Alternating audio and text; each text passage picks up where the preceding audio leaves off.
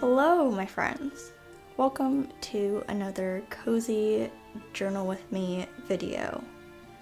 So today I'm going to be taking you through my October bullet journal setup, and full disclaimer, we are getting in the spooky fall mood this month. I kind of based my spreads around, Halloween and also fall, and in Canada it's also Thanksgiving, so those were kind of the things that I was inspired to draw on this month, but all my spreads are going to still be really simple because I like to keep my journaling setups pretty quick and pretty easy. So yeah, make sure to grab a cup of tea, get cozy, and let's get into this journal with me video.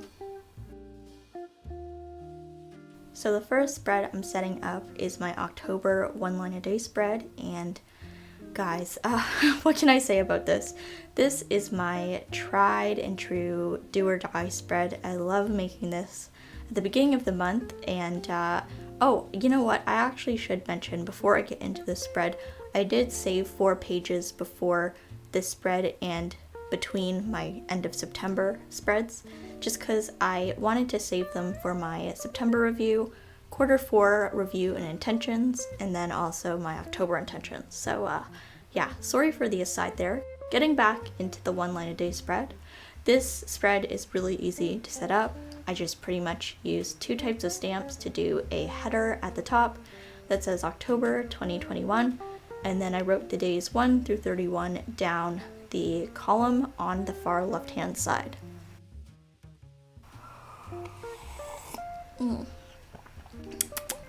Tea break. I'm not joking. When I say grab a cup of tea, I am always drinking tea, and I have a cup right now, and I hope you do too.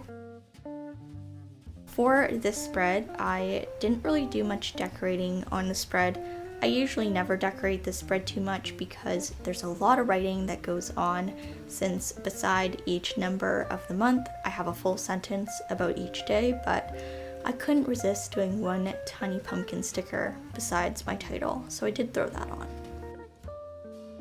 And yeah, that is this spread complete.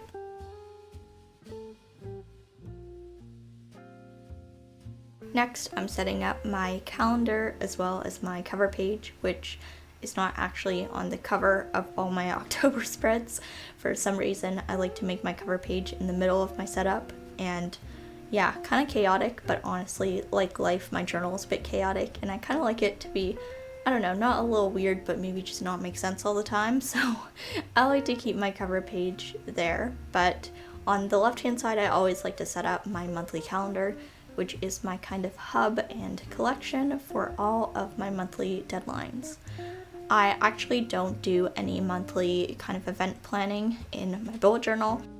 Of course, I do like to write down events in my daily log so that I know exactly what's going on every day, but in terms of monthly event planning, I like to keep that all in my iCalendar because I tend to find that I need to rearrange events, things get rescheduled, appointments get changed, and I just find when I'm crossing out appointments in my journal, it kind of breaks my brain a little bit. So I just find that using an iCalendar in conjunction with my journal works a lot better for me. For this calendar, pretty much I set it up by making a grid out of pencil, so it's really easy to correct for mistakes, and then I stamped Monday through Sunday at the top, wrote the numbers of the month in each square, and then I leave the bottom to write down all my deadlines.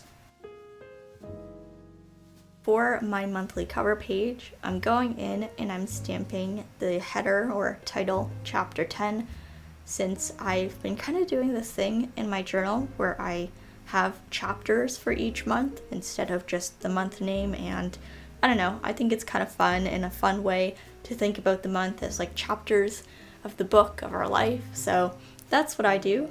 And I'm also going to reference my commonplace book, which you see here, for the quote that I'll be using this month. I chose this quote because it is a really kind of positive reminder, which I like to include positive reminders in my journal to really get me in that headspace, because sometimes my brain can just go straight to being critical, so having positive and kind reminders really helps me. but I also really liked how it kind of had this, I guess, interpretation where it's like your mind can kind of believe whatever it wants, and I felt like that kind of connected really well to Halloween, since Halloween is all about these spooky and mysterious things that we don't think exist, but then it's like, oh wow, look, the boogeyman did exist, and then everyone's all like shocked and freaked out, and yeah, this quote made me think about that as well.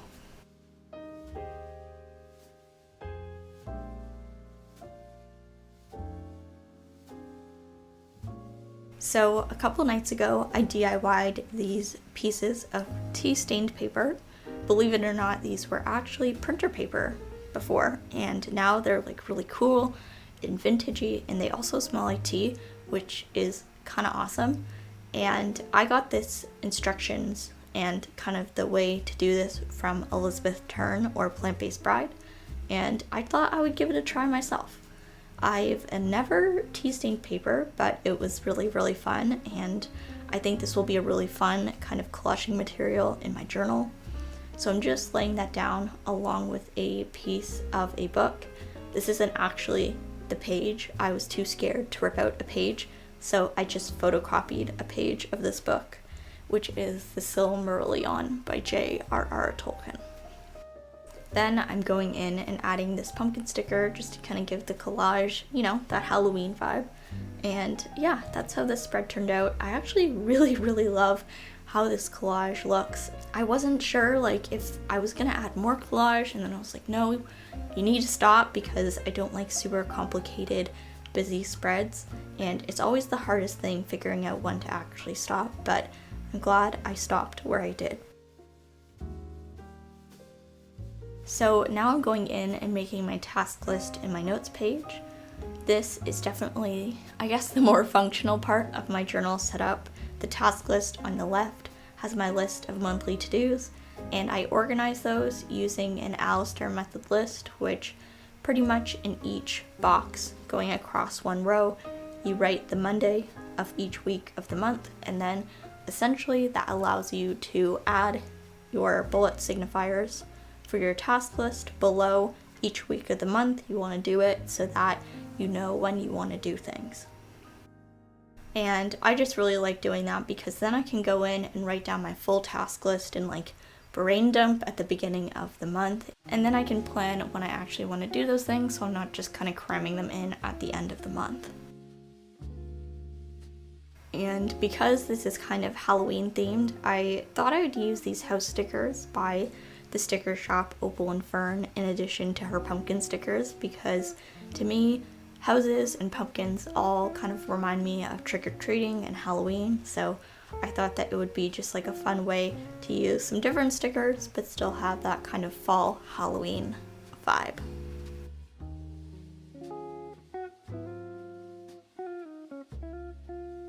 So here's a quick flip of what my monthly setup is looking like so far. Now I'm going to turn the page and go into my first weekly of October. I put my first weekly of the month on the week that is the first of the month. So technically the week started on the 27th of September, but because October falls in the first week, to me, it's a week in October, not September. And here you'll see me notice that when I was journaling, I kind of bent the corner of one of my tea-stained pieces of paper. And at first I was like, man, like I bent the corner, like that's too bad. But then I thought, hey, like this could be a really cool collage piece. Like I could bend the corner and then have some stamping on top, and that could look kind of like cool and spooky. So that's what I did, and I put it in my journal. Literally, that's like my approach. I just honestly, I know people plan out their stuff in advance. When it comes to my monthly journaling and weekly journaling, all of the collaging you see is totally just off the cuff. Whatever inspiration strikes in that moment, that is what I do. I don't plan any of this, but that kind of makes the process a lot more fun for me. So yeah, I got inspired by this bent corner, and I think it looks really cool in my journal.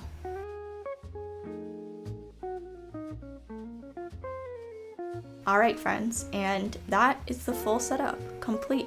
Here's a quick flip through of everything we did today. We have the one line a day spread, the monthly calendar, the cover page, the task list, the notes page, and the weekly setup, all ready to go and ready to get us organized for the upcoming month of October. I hope that you enjoyed seeing this journaling video and my October journal with me. I hope it gave you some ideas for how you can get organized and have some fun in your journal in a very simple but time efficient way. And yeah, I hope you're all doing well. Thank you so much for hanging out with me in today's video. I can't wait to hang and chat with you in next week's video. Bye everybody.